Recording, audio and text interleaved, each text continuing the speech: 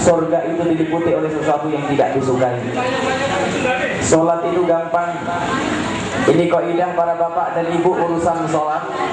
Kalau ada orang yang tidak bisa sholat, maka ketahuilah itu yang salah adalah gurunya. Tolong diperhatikan. Kalau ada orang nggak bisa sholat, yang salah gurunya. Ada guru aneh-aneh, guru nggak punya ilmu ngajar sholat, bisa pusing tuh orang sholat. Padahal sholat itu gampang, nggak bisa berdiri boleh duduk, nggak bisa duduk boleh baring, nggak boleh baring boleh telentang, nggak bisa telentang boleh dalam posisi apapun, yang penting lakukan sholat. Ini gampang. Jangan dipaksa orang cepu, orang berdiri kesusahan suruh berdiri, nggak benar. Nggak bisa berdiri boleh duduk, nggak bisa pakai air boleh pakai debu untuk bertayamum. Dan urusan mekena, kalau bisa mekena, kalau enggak mohon maaf, ini ibu contoh saja, ibu yang pakai baju putih ini, ibu yang pakai baju merah juga tidak apa-apa, berdiri sebentar ya. Ini tinggal ngasih kaos kaki saja sudah bisa sholat, tinggal sundurnya diajukan sedikit, gampang sholat. Kalau ada ustadz yang merepotkan sholat, ustadz menyiksa orang, ibu duduk sudah, gampang sholat. Tidak harus pakai mukena khusus warna merah kuning hijau.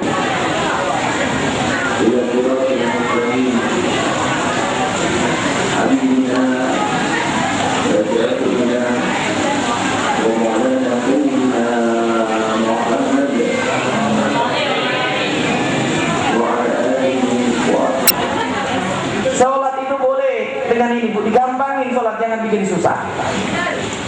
Kemudian lagi, ibu bisa sholat di mana saja.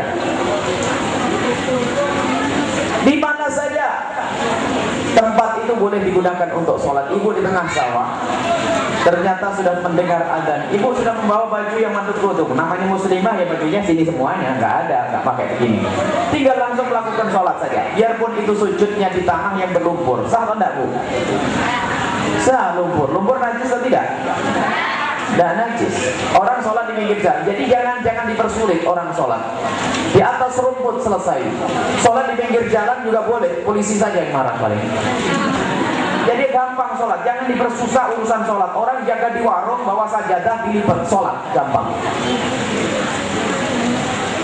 Kita terharu bu, suatu ketika Masya Allah, kita pulang dari Purwakarta. Dari Purwakarta jam 1 malam, sehingga sampai Cirebon kalau tidak menjelang subuh kita sholat, masuk daerah Kadipaten sini. Kemudian kita masuk Cirebon, mau sarapan, kita hampiri seorang ibu. Ibunya mau pakai kerudung bu. Memang kalau kita beli itu kita pilih. Kalau nggak pakai kerudung kita tidak akan beli selagi masih ada yang pakai kerudung, karena saya menghargai kerudungnya Rasulullah SAW.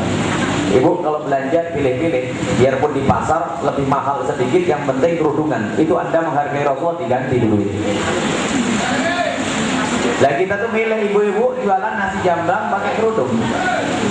Lalu sambil makan kita ngomong, ibu berapa tahun sudah kerja di sini? Sudah 13 tahun. Masya Allah. Jam berapa bu datang? Jam 3 malam. Hebat bener. Kayak tahajud terus ya. Sholat subuhnya di mana bu? Nanti jam 9 kalau sudah pulang dari Allah. Masya Allah. Karena tidak ngerti ilmu. Padahal ibu itu kita kasih tahu bu, kalau sholat gampang, ibu bawa sajadah, nanti sholat di sini, sajadahnya digelar, nasi jamblangnya ngadep ke nasi jamblang, selesai 2 rakaat sholat subuh, boleh ya di sini, siapa yang larang? Jadi nggak ngerti ilmunya, subhanallah. Jadi ibu sholat nasi jamblang diadep, taruh depannya bu nasi jamblang, jangan taruh di belakangnya ya. Nanti kalau taruh belakangnya tidak kusuk. Jadi kalau ibu sholat mempunyai barangnya taruh di depannya, jangan taruh di belakangnya. Kalau taruh di belakangnya dijamin tidak kusuk sambil tolak oleh. Taruh di depannya diadep, bukan nyembah. Berarti kita nyembah Allah. Itu dilihat barang, kalau ada yang ini ketahuan. Jadi itu gampang sholat. 13 tahun tidak melakukan sholat subuh, berapapun ya untung yang didapat. Makanya harus gampangkan urusan sholat. Mudah, tidak ada orang yang tidak bisa sholat. Kalau kita berjalan di tengah jalan, ada lumpur, ada air, lalu kena baju, najis enggak? Najis enggak? Ya enggak najis. Kenapa harus najis? Kena lumpur. Yang najis itu kena air kencing. Memangnya ada orang punya kencing sebanyak itu? Gak ada di Gampang ini. Ustaz Fas-Fas tuh, hati-hati kalau berguru sama Ustaz Fas-Fas itu. Merusak umat itu Ustaz Fas-Fas. Dikit-dikit astagfirullahaladzim. Dikit-dikit tidak sah. Dikit-dikit itu Ustaz Fas-Fas. Makanya sholat ini digambarkan. Ini kok indah. Kalau ada orang kerepotan susah, mesti yang salah itu gurunya. Ibu boleh sholat di depan televisi. Ibu bisa dua-dua nih, tapi jangan televisinya nyala ya. Nanti jangan. Ibu boleh sholat di mana saja, di Gampang urusan sholat. Jangan sampai meninggalkan sholat, karena meninggalkan sholat itu hukumannya gede di hadapan Allah. Dosa besar. Sekali sholat ditinggalkan cukup untuk masuk neraka. Bagaimana 2, 3, 4 sholat? Dan kalau di rumah kita ada orang yang tidak sholat, itu adalah suasananya, adalah sekitar kita. Ini wasiatnya Nabi Muhammad. Kalau cinta Rasulullah, perhatikan sholat. Dan jangan sampai ada di rumah kita orang yang tidak sholat. Biarpun ibu banyak sholat, akan tertimpa musibah juga karena ada suami yang tidak sholat, ada anak yang tidak sholat. Perhatikan, anak kecil umur 7 tahun sudah diajari sholat. Jangan dibiarkan, ajari sholat. Umur 7 tahun suruh sholat, alhamdulillah. Biarpun sholat belum wajib baginya, tapi ajari sholat. Banggakan dengan sholat. Biasakan untuk sholat, orang tua punya kewajiban. Anak kecil belum wajib, tapi orang tua sudah wajib mengajari untuk melakukan sholat. Hati-hati, ini yang diwasiatkan oleh Rasulullah. Banyak orang begitu mudahnya meninggalkan sholat. Bahkan ada orang yang lama sampai di rumah, ada orang ngadu, tapi anak saya susah sholat. Dulu mondok, innalillah. Allah, sholat sebentar, 3 menit, 4 menit. Dan kalau sudah urusan duit, Masya Allah, berjam-jam dia itu berdiri ngerjain apa itu kuat. Tapi urusan surga kenapa susah? Ayo di rumah kita jangan sampai ada yang tidak sholat. Ibu tahu monyet kan? Pelangon. Tahu benar nih? Ada pernah lihat? Pernah lihat di pelangon ada monyet? Monyet itu makan enggak? Tidur enggak? Pernah lihat? Biarpun nggak lihat tapi yakin monyet pernah? Tidak. Manusia makan nggak? Tidur nggak? Sama dong dengan monyet.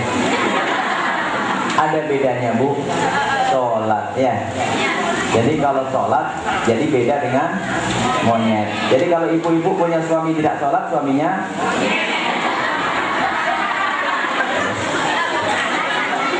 kasihan bener tuh ya, ibu yang di sana tidur sama.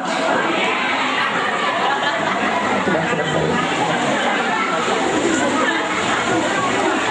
Biar gak ngantuk Bu. Itulah Bu, tolong perhatikan sholat. Penting sholat ya Allah.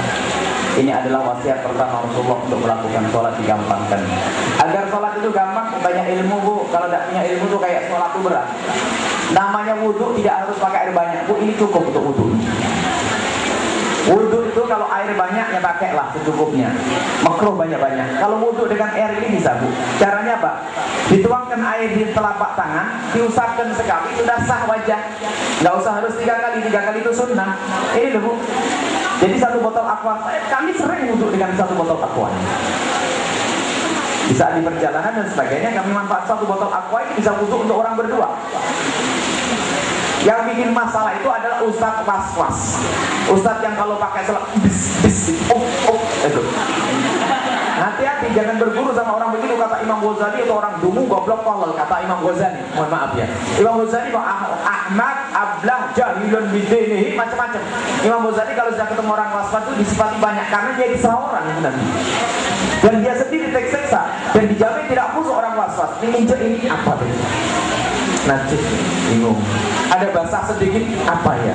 Tidak bakal khusuk di dalam sholat karena penyakit was-was gitu.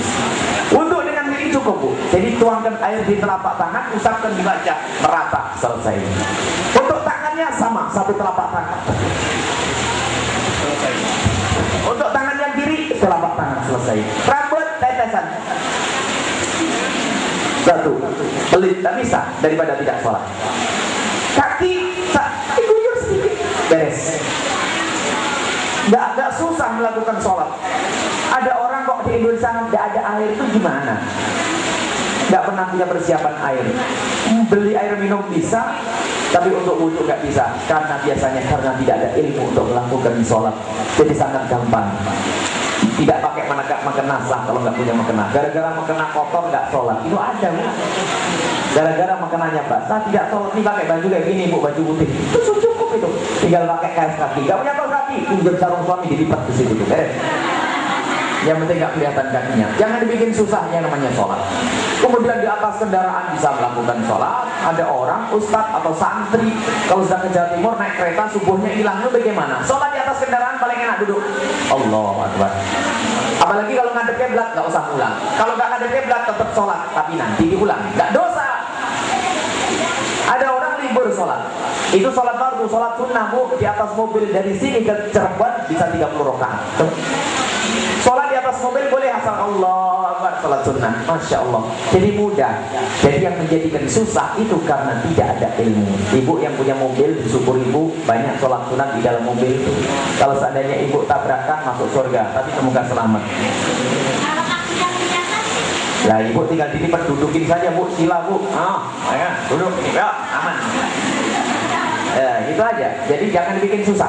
Kalau kaki kelihatan tidak sah, Bu. Makanya pakai kaos kaki atau pinjam sorbannya suami. Ya, jadi digampangin sholat. Jangan sampai ada yang meninggalkan sholat. Termasuk cara bersuci. Nah, ini kelihatannya tidak bisa diceritakan semuanya. Kalau pengen tahu ceritanya semuanya, hadir di majelis al-bahjah aku nanti, Bu. Akad pagi sama Sabtu pagi itu ada tiga-tiga sederhana. Ibu nanti yang rombongan, Bu, ya. Rombongan nanti ada insya Allah kesempurnaan. Yang mau khotbah saja, puasanya yang namanya sholat itu adalah mudah. Kemudian yang kedua masalah wanita. Subhanallah, Nabi Muhammad itu sangat menghormati wanita.